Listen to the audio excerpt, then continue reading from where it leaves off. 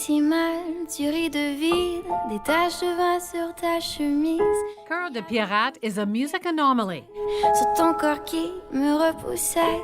Classically trained in piano in Montreal, Beatrice Martin became an indie pop star instead, initially singing and writing exclusively in French.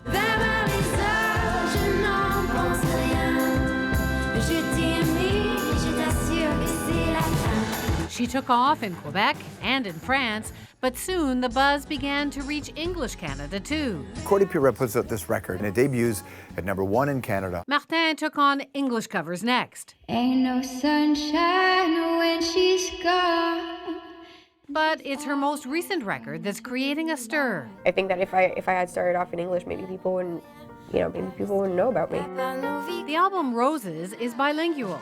Some of the songs are in French, but most are in English. I don't wanna break your heart. It's hard enough that we're apart. She tours often in France, even once played the Bataclan Theatre, and was in Paris when the city came under attack in November.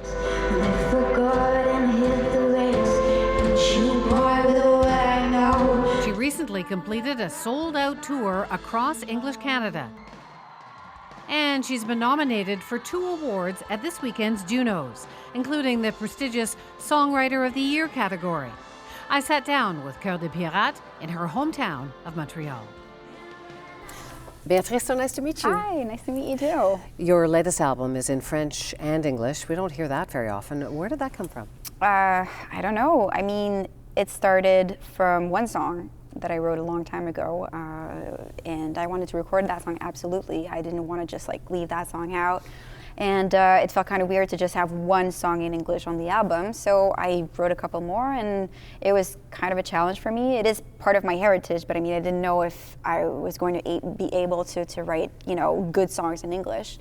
I think I managed to pull through, but it does represent who I am. How hard is it to break through in English? I mean, you're huge in France and in Quebec, and you've had a sellout show in Toronto, Massey Hall, for example, as well. But is it hard to break through? Yeah, I think it is. I am so grateful because I get to play shows everywhere, and people are very open-minded, and they accept my French material and my English material as well. It's given me a different window. I mean, I can play shows in Saskatoon now. I couldn't do that before. And I'm probably one of the few artists from Quebec that had a French-speaking background in music that gets to do that today. So I feel very grateful. Is there a difference when you're writing them or when you're listening? Is there a difference between an English song and a French song? I guess there is. I mean, it's like speaking. I mean, my brain kind of switches one way or the other. If I'm speaking in English, I'll think in English, and vice versa. But are the thoughts different? I don't know. A little bit more direct in English. There's a nostalgia that I have in French that isn't there when I write songs in English. It's very weird. I think it's because it's so new to me. Live for lies, live for tales, live for God and hit the rails. Hate you, boy, with what I know. Get my love out with my bow. It's a very different feeling, and I'm glad I got to, just play with it a little bit. You are a classical pianist. You started at age 3. Your mom thought you were lacking focus or something and pushed you into piano? Yeah, kind of. I think I had an attention deficit, or not a big one, but I was not paying attention to anyone. And I think that was her way of telling me, you need to learn how to concentrate and channel whatever you have inside of you. Not to lash out and not do anything stupid. And I'm glad that she, introduced me to that, because later on, when I had something deep and something to talk about, I could actually express it in music, and it really helped me. You became a huge sensation at 18. Mm-hmm. And it sounds like a lot of your songs sound a little tortured. Is that just a normal 18-year-old thing, or was it a bit too much and a bit hard on you for a while? I think for anybody that's thrown into some kind of stardom, I don't think I was that famous. I mean, I wasn't like Justin Bieber famous, but people did know me, and especially in France, there's this whole like star system that we don't have here in Canada, and you know, even in Montreal, like for all of a sudden everybody kind of knew who I was. Montreal is kind of a small town. It's not like a small town, but it's, you know, people do know each other, and especially in the milieu where I'm from, and so to have that thrown on me at 18, it forced me to grow up at a certain pace. I had to, you know, take on certain responsibilities, and that's a lot to do. But I'm glad I got to do it. I'm glad I got to have this parcours that was sort of different. And today I look back on it, and I'm actually kind of happy. One of your heroes was Amy Winehouse. I cheated myself like I knew I would. Yeah. I read that her death really got to you.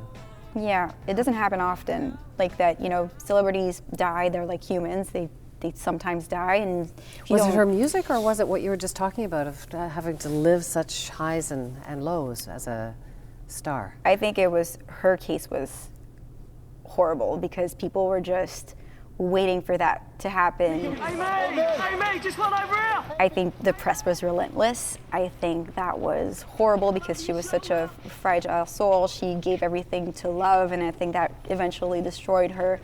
You know, maybe she had some issues somewhere else, and, you know, with addiction and everything else.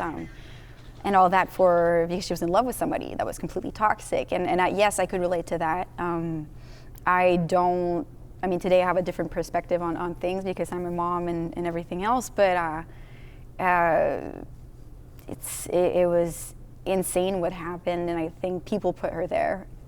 So you've talked about in your lyrics and in your life going through some rough times, and then you met a tattoo artist. It Yes, sounds like everything changed. I did. What happened? I don't know. I mean, it was nice because I was so wrecked from a previous relationship. I had dedicated a whole album to one person, and I thought after that breakup that nobody would ever love me anymore. That's usually how it goes. And I met this person, so Alex, my husband, and I don't know, he accepted me the way I was. I was completely undone, and that I was a work in progress, and he accepted me for who I was, and that was nice. And now you have a baby. Well, more than a baby. She's a toddler now. Yeah. She's like 3.5. Yeah. How much has that changed you? It changes everything. It changes you as a person, as a songwriter. You know, whatever I do now, I think about her first and foremost. I don't really, I mean, I think about myself sort of, but I mean, she's more important than anything. So whatever I do, I try to think, you know, how is it going to impact her? Even in my songwriting, I want to write songs that will inspire her, for sure. So it's all uplifting and happiness. And not uplifting per se. I know, you know, I'm going through certain things at times, and I need to talk about them as well. And we all have our insecurities, even though we can be happy. And I think that's what's interesting as a songwriter, is that you get to actually explore that as well. And I don't know, I like seeing the light at the end of the tunnel now. You were in France performing when the attacks happened. What was that like? It was very weird because I didn't see it happening. I was in my apartment with my husband, and my kid was sleeping, and we were watching a TV show.